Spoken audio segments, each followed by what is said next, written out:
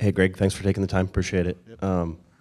Another wild start, I guess, to these games. What do you have to say about the red card, the giving up the first goal, but then how you guys responded sort of in that second half? Yeah, I thought we started really poor. From the kickoff, probably for the next, 5-10 minutes, I just felt like we never settled into the game. The kickoff, the way we went to the kickoff and hit a straight ball just didn't make sense. We got to be cleaner and start games cleaner. I thought all of that kind of us not using the ball well, turning it over, not really settling in. We're hitting long balls and doing things that was making the game transitional, opening it up, then again, not really working together defensively to keep things where we were, and they came across us and they got a goal. But I thought it all started from a bit of an erratic start, and things didn't settle in. But from there to the rest of that half, I thought we did a good job of at least just protecting ourselves and managing our way through the first half as we kind of settled into being down a man. And then I thought the second half reaction was really good. I thought guys were connected, made it difficult for them to create too many chances on the attacking side. We protected ourselves. We were down, so we're still trying to find ways that we could initiate enough pressure to get them into areas where we could try to recover balls that we could use in transition. And we get a foul. Diego hits a great free kick. It's actually the first direct free kick that we've scored since I've been here. So good timing, I guess, but that's the first one. So, and then even after that, I thought we were able to break out on a couple of occasions. Obviously, Joe gets one across to Gabe where maybe we have a chance, and one where Mickey gets to the end line, we don't quite get across. But we have some other promising moments. But I'm proud of the guys. This is the fourth game in 2 weeks with some heavy travel in between and a tough loss on Tuesday. And it started off in a way that didn't feel like it was shaping up for us, and the guys found a way to get a good solid earned point. Even though we came here for 3 today, it didn't play out the way we were expecting from the start, and they did a great job of pulling together and taking something out of this game. What's the frustration level like for you guys? You finally look like you get healthy. You have a pretty strong starting lineup for the first time, I think, probably in a while. Zonka gets the red card. Things start falling apart pretty quickly there. Eventually this stuff has to get fixed, doesn't it? Yeah, for sure. I think it has to get fixed. And some of this it's tough to fix things just going from game to game because you're trying to solve some things inside of the game. No excuses, just we got to stop putting ourselves in holes and then trying to figure our way out of holes. So there's no two ways about it. It's got to get cleaned up. It's got to get fixed. And hopefully as we get guys, tonight we try to give Lucas his first start and to settle him into the team a bit. He hasn't played many games, so he's still kind of finding his way and his footing inside of the group. I thought Isaiah came on and gave us a good second half performance, just showing again that he understands systematically some things, even though we're down a man. So I think even though we're getting healthier, there's still guys who haven't played a ton with us, so that are still kind of learning a little bit more about what we're trying to do. So, but yeah, we've got to clean it up. We've got to clean up the putting ourselves in a hole and the not so good starts. Those are the biggest things, because after that, I feel like we find ourselves back into the game and we look all right. So. Hey, Greg, got a couple for you. First off, when Zonka gets a red card and you've got to react to it, was there any thought to bringing Eric in as a center back and moving something around? Yeah, there's a thought. There's a couple things that go there. One was I let it ride for a few minutes. One is Eric is not in great physical condition right now. His back is a bit messed up, and so if we had to use him for a short period of time, I felt comfortable with it. If I had to use him for a long period of time, I wasn't super comfortable with it. The second part was let it ride for a little bit just to see how it was going, and Eddie looked like he was comfortable. And the second part to that was Eddie back there gave us, I thought, a lot more capacity to stay and hold the ball. And part of that is because of Eddie's ability to dribble the ball, to move with the ball, it's harder to press a midfielder when he's back in that position who's very comfortable on the ball than sometimes center backs or other players back there. So I felt like with Eddie back there, it gave us a chance to start more attacks, to have a little bit more of the ball and give us maybe a little bit of composure, even though we were down a man. Not to say that Eric couldn't, but Eric isn't going to move around with the ball and carry into new spaces and win some time on the dribble that maybe, we could use. So when I saw that was pretty settled in on the defensive side, then I was going to play that one for a while because I thought it would help us, to try to create some things and not just end up defending for longer stretches of time. In that situation, how much do you have stringent ideas of these things have to be taken care of by these people, and how much freedom is there? Because we saw with Mickey, we saw with Diego, we saw that at times they would shift into places where there might be space that needed to be filled. There seemed to be a lot of reading of the game and falling into defensive positions. Yeah, there's a lot of,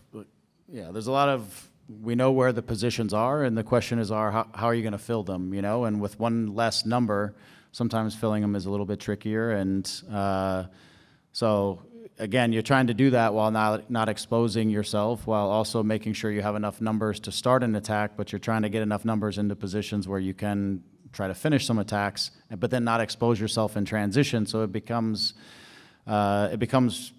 pretty fluid. But I felt like with that group, and especially with Isaiah out there, I felt like there was everybody kind of understood some of the fluidity that needed to maybe take place, even on the defensive side. If guys got pulled out, how we would fill back into some of the spaces to cover each other. And I think that the guys did a good job. They did a good job of, again, dealing with stuff. And lastly, and this is more of a general question, not so much specific to this game, but in terms of, you've talked a few times in the past month and a half or so about the need to recognize situations, to be at the right speed, to take responsibility in these situations. Are you seeing the advances you want to see there? How much is that still a work in progress? Yeah, well, I think it's different for different guys, right? Like,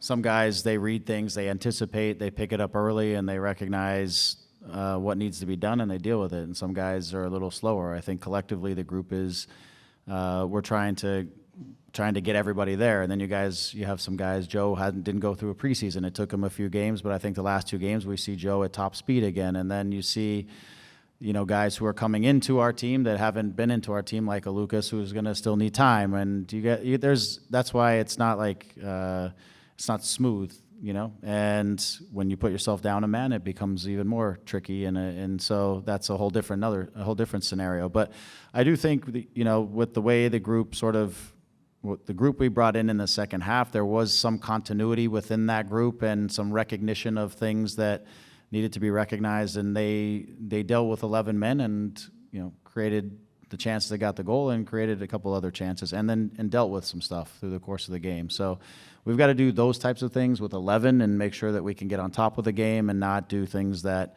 put us behind or put us underneath some things. But I do think, look, my bet here is that as we get healthy and we get some time and a rhythm to train a little bit and get guys integrated back into the group and to the rhythm, and when you look down on the bench and we start to see guys who can come in to also impact the game and really help us, that we can certainly build our way out of this. But we got to also get some guys. We've got 4 guys on the bench who can do a lot of things to help our group too. So there's, we've got to continue to build our way back into this. Well, the good things are Marco was in part of training the other day, so hopefully we can build forward towards that, hopefully for next week. Mauricio should be ready for next week. I mean, he checked all the boxes coming into today, and just another week of full training will really help him because where he was. Maya's still probably a couple of weeks or so away, but I think in general we're starting to at least see some light at the end of the tunnel, so long as we can keep the group that we have healthy, Hey, Greg. Hey. I'm trying to think of a question Scott hasn't asked yet. Well, usually you start so that you don't have to. Yeah, I was late getting down here. It's 1-1, as you 60 minutes, 70 minute. As you get later in the game, what's going through your mind sub-wise? Are you trying to hold on to it or look for ways to pull the game out, or what are you sort of dealing with there?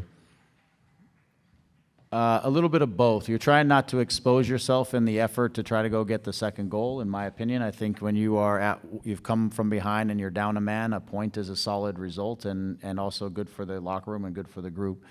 But what I saw in the group is they were eager to try to go win the game. And so I didn't want to take that away from them, but I also wanted to make sure that we were mindful of protecting ourselves. I loved that the mentality was, let's go, we feel confident enough to try to go win this thing, and guys were going for it. So I was trying to support that, at the same time make sure that we got out of here today with at least one, because that's the some of the reward for the work that was put in is at least you come away with something at the end of the day. So it was trying to find a balance inside of those things, and the 10 guys that were going in the second half, I thought had really good control of it. So I was not necessarily super eager to make substitutions, but I did feel like we were losing a little bit of gas, and just making sure that in transitions and moments like that we had our legs to be able to deal with some of those situations.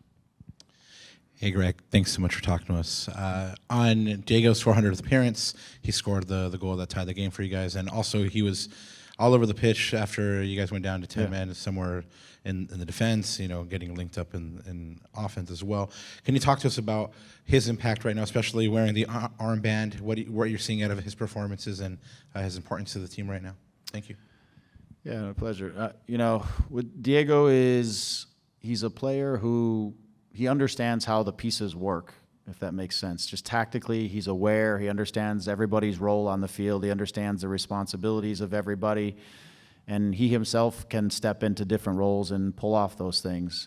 When Diego is the out-and-out winger, I think if we don't bring numbers around him and support around him, Diego's not really at a point and I believe in his career where he's beating guys one-on-one and he's running behind and he's that dynamic super player, but he is really cerebral and smart and can understand the game. So when he has Joe on the outside of him who provides him some running and some depth and he's more inside, I feel like he links some of the pieces together for us that maybe we haven't had as much of at times. And again, his understanding of what spaces need to be filled and who should be where and how things should work, both with and without the ball, is very good. And it kind of ties some pieces together for us, like I said. And being able to put him in different positions gives, as a coach, you always want to have somebody who you feel like you can move around the field, who's going to give you sort of that solid connector, and he'll communicate on the field. He'll move people around in different plays, things like that, and he'll make good reads over the course of the game. And so, again, you just have to appreciate just that he's tactically super aware, and that helps everybody else, And he does have the ability, I think, at this point, to hit passes and to find guys and to play some of those balls that more like an interior player or attacking midfielder probably suits him more than being a winger in some aspects in these days. Unless he has a fullback flying around him on the outside, which we haven't done a ton of on our left side. It's a better role for him right now, and I think it's something that our team needs. But this is the first night that he's actually kind of had it all season, where he's had a winger on the outside of him who's been able to give some space creation and some running. And the other thing with Diego is he's the captain. Like, he's a guy who he connects with everybody in the locker room. Like, he is the guy that he can go sit in this pocket and have conversations with all the young guys. He can go here and speak with all the Spanish-speaking guys. He's just a great human being, and he has a way of, again, connecting people in the locker room in similar ways that he connects people on the field. And he has a way of being able to say things that you might think are offensive in a way that isn't offensive, right? They're direct, but they're like, wait, I think he just said something that I should take offense to. And then you're like, but you don't, because the way Diego says it is so clever and wise and caring in the right ways. So I think those are good qualities of a leader. And so, for us right now, he's the captain, and he's stepping into that because he's that guy who can pull people together. Can you talk to us briefly about Gabriel Peek? Earlier in the season, you saw teams kind of crashing on him, two or three different players. Is he getting the space now that you want to see him get, that Joseph Paintsill's back in the lineup? Thanks. Well, I think it's a starting point, but when we go down a man, it's, the opposition has the ability to put numbers, at least an extra number, where he wants. But so I think it's coming. I think tonight at times he was able to be a little more direct in his play and face forward and run without the ball, run with the ball.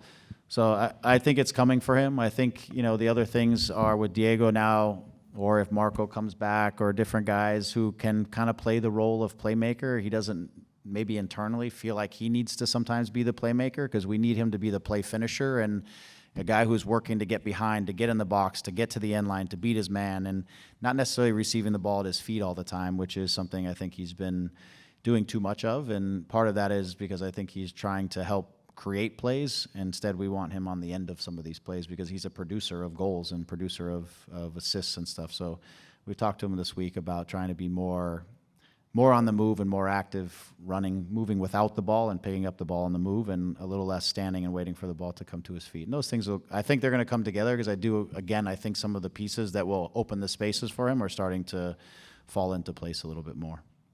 Any other questions? Thanks for your time, Greg. Okay. Thanks, everyone.